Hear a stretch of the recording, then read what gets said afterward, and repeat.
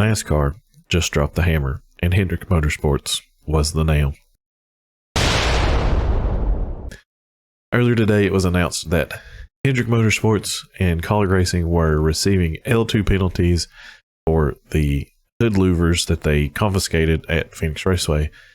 Hendrick teams were docked 100 owner points, 100 driver points, 10 playoff points. Each of the crew chiefs were fined $100,000 and suspended for 4 races. Chase isn't being penalized driver points because he wasn't in the car, and Josh Berry filling in for him doesn't get cup points.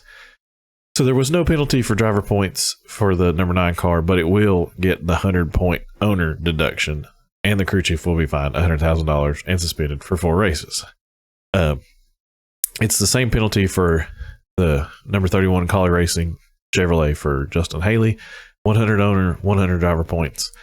Crew chief fined $100,000 and suspended for 4 races. Here's actually what Elton Sawyer from NASCAR had to say about that. Basically, as we mentioned at Phoenix, this is in uncharted waters. We from time to time we'll capture parts, we'll bring them back, and as we continue to investigate and look at parts and comparing parts, it was obvious to us that these parts had been modified in an area that wasn't approved. This is a consistent penalty with what we went through last year with other competitors, the 6, the 34. So we felt like to keep the the garage on a level playing field, the competition level where it needs to be. All the dialogue that went around this car last year, working with the owners on what the deterrent model should be, we were put in a position that we didn't feel like there was no other way but to write a penalty. There is components, as we have approved, working directly with the industry and the garage, and a process to do that. This area was not approved. We felt like the communication line between NASCAR and the garage was done properly, and obviously they were outside the boundaries. So as you heard him say there, teams are allowed to modify the hood louvers because they were having issues with them not fitting the car completely. So the teams in NASCAR got together and they came up with a plan where teams could modify them to make them fit. As he said, these were modified in an area outside of what was approved by NASCAR. So Hendrick put out a statement not long after NASCAR announced that the penalties were coming, and they said, a statement from the team on Friday at Phoenix Raceway: NASCAR identified louvers on our race cars during a voluntary inspection 35 minutes in the garage and prior to on-track activity. NASCAR took possession of the parts approximately 4 hours later with no prior communication. The situation had no bearing on Saturday's qualifying session race.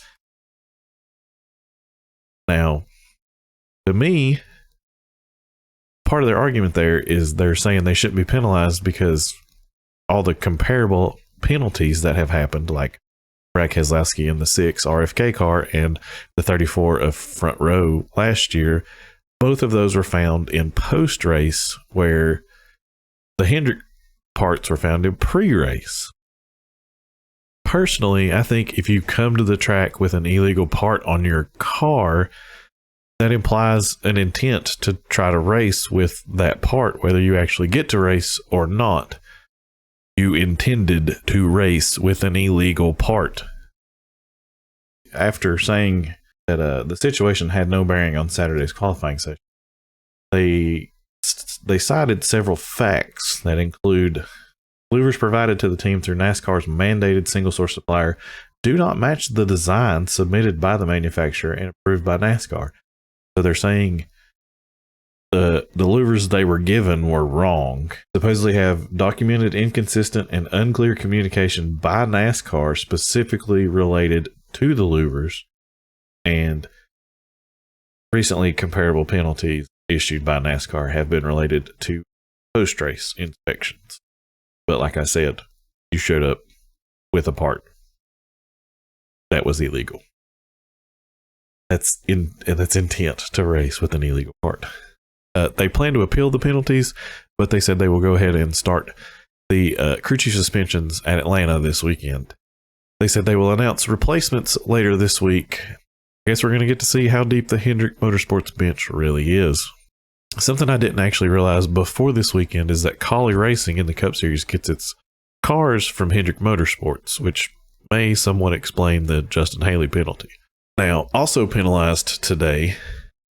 I think the way we look at these situations, Jim, is they're all individual, right? They're unique to themselves. And when you look at this one this past weekend, we would have viewed that as a racing incident.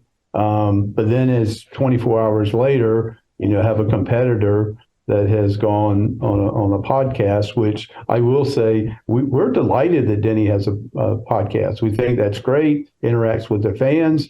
But when you start admitting that you have intentionally done something that would compromise the results of the end of the race, then that rises to a level that we're going to get involved. There's no other way to look at that. We're going to get involved in those situations. We've been consistent in the past with that, and we will be consistent going forward. Denny Hamlin, he was penalized 25 points and $50,000 for actions detrimental to stock car racing by admitting to actions detrimental on his podcast, Actions Detrimental. That's a meta penalty right there.